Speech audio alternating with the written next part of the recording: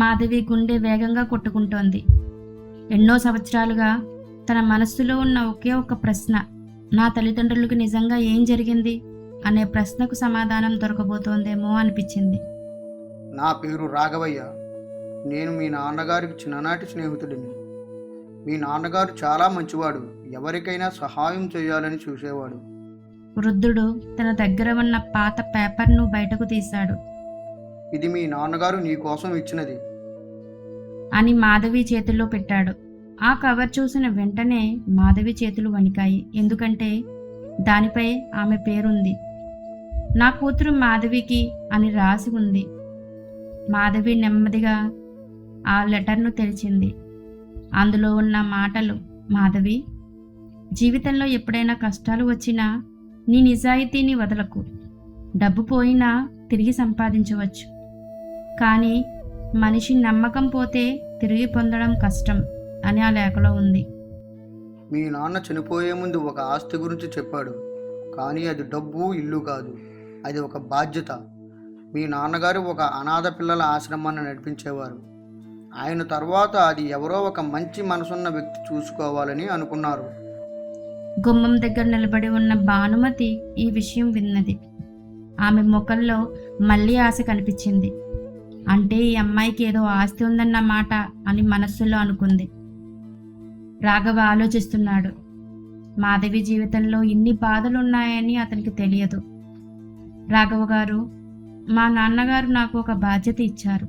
ఆ బాధ్యతను నేను పూర్తి చేయాలి. రాఘవ అడిగాడు, ఏ బాధ్యత? నాకు తెలియని చాలామంది పిల్లలకు ఒక కుటుంబం ఇవ్వడం. రాఘవ ఆమె వైపు చూస్తూ ఉండిపోయాడు. ఆ క్షణంలో అతనికి మాధవి మీద గౌరవం మరింత పెరిగింది. కానీ ఇదంతా వింటున్న భానుమతి మాత్రం మరో ప్లాన్ వేసింది. ఆ ఆశ్రమం పేరుతో ఉన్న ఆస్తిని ఎలా అయినా మన చేతుల్లోకి తెచ్చుకోవాలి అని నిర్ణయించుకుంది. మాధవి తన తండ్రి ఇచ్చిన బాధ్యత గురించి సావిత్రమ్మకు వివరించింది. అమ్మా, చిన్నప్పుడు నాకు ప్రేమ ఇచ్చిన వాళ్ళు లేకపోయినా మా నాన్నగారు ఎంతోమంది పిల్లలకు ఆ ప్రేమ ఇవ్వాలని అనుకున్నారు. నీ తండ్రి చాలా గొప్ప మనిషి అమ్మా. నువ్వు కూడా ఆయన అడుగుజాడల్లో నడుస్తున్నావు. ఆ ఆశ్రమానికి ఏ సహాయం కావాలన్నా నేను చేస్తాను. ఇప్పటి వరకు నేను నా సమస్యల గురించి ఆలోచించాను. ఇప్పుడు ఎవరికైనా ఉపయోగపడే అవకాశం వస్తే ఎందుకు వదులుకోవాలి? మరోవైపు భానుమతి, వరలక్ష్మమ్మ ఇద్దరూ ఒక గదిలో కూర్చుని మాట్లాడుకుంటున్నారు. చూసావా, మాధవి తండ్రి ఎంత ఆస్తి వదిలాడో. మాధవి అమాయకురాలు. ఆమె నమ్మకాన్ని ఉపయోగించుకుంటే చాలు. మనం ఆమెకు సహాయం చేస్తున్నట్టు నటిద్దాం.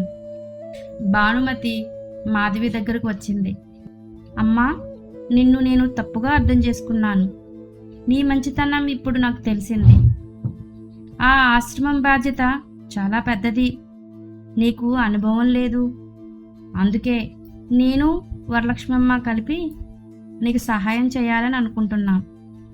కానీ దూరంగా నిలబడి ఉన్న రాఘవ మాత్రం భానుమతి మార్పును నమ్మలేదు. రాఘవ మాధవితో మాట్లాడాడు.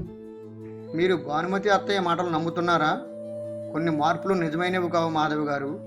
కొన్ని మార్పులు వెనుక కారణాలు ఉంటాయి. మరుసటి రోజు ఆశ్రమానికి వెళ్ళాలని మాధవి నిర్ణయించుకుంది. రాఘవ, చిన్ని కూడా ఆమెతో వెళ్ళారు. ఆశ్రమం పాత భవనంలో ఉన్న అక్కడ పిల్లల నవ్వులతో నిండిపోయింది. కానీ ఆశ్రమం కార్యాలయంలో భానుమతి పంపిన వ్యక్తి ఒక పాత ఫైల్ తెరిచి చూసి భానుమతికి ఫోన్లో చెప్పాడు. అమ్మా, మాధవి గురించి ఒక పెద్ద విషయం దొరికింది. ఈ ఆశ్రమానికి అసలు వారసురాలు మాధవి ఒకటే కాదు, మరొక వ్యక్తి పేరు కూడా ఉంది. అది మాధవి తండ్రి గారి కొడుకు పేరు, కానీ అతని గురించి ఎక్కడా సమాచారం లేదు అని చెప్పాడు. అందరూ ఇంటికి తిరిగి వచ్చారు. మరుసటి రోజు పెద్దింటి గుమ్మం దగ్గర ఒక అపరిచిత వ్యక్తి వచ్చాడు. ఆ వ్యక్తి మాధవి ఒక పాత ఫోటో తీసి చూపించాడు. ఆ ఫోటోలో మాధవి తల్లిదండ్రులతో పాటు ఇంకొక చిన్న పిల్లవాడున్నాడు. ఇతను ఎవరు అని అడిగింది. మాధవి చేతిలో ఉన్న పాత ఫోటోను చూస్తూనే ఉంది.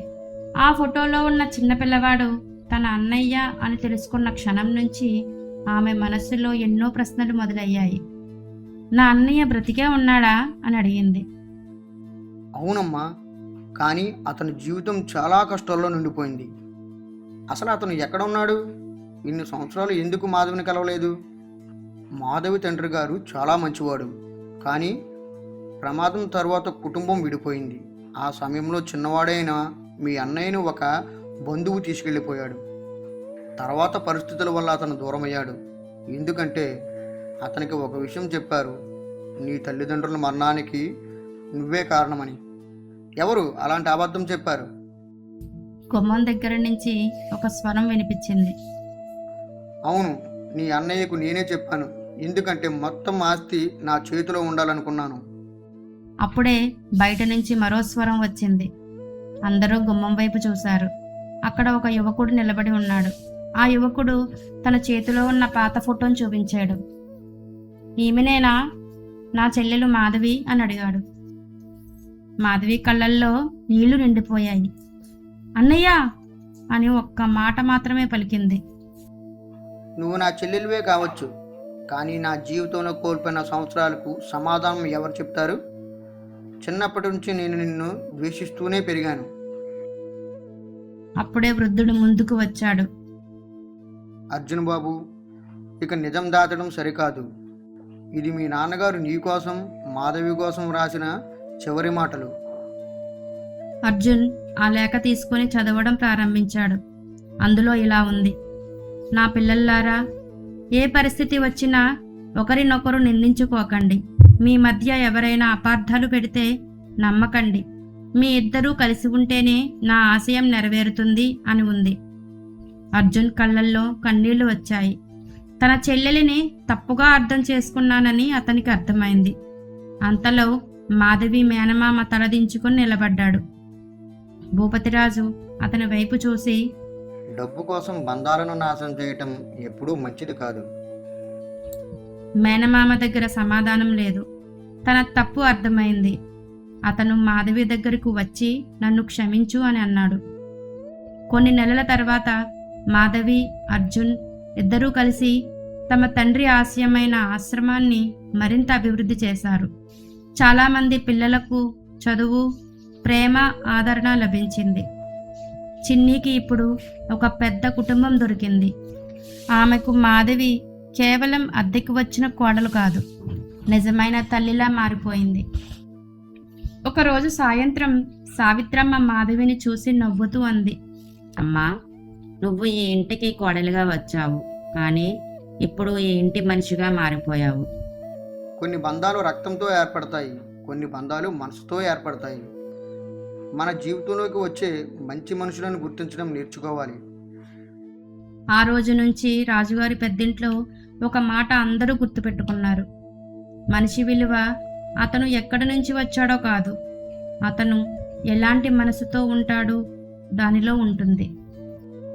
అలా అద్దెకు వచ్చిన కోడలు అనే పేరుతో మొదలైన మాధవి ప్రయాణం ఆ ఇంటి నిజమైన కోడలిగా అందరి హృదయాల్లో నిలిచిపోయింది.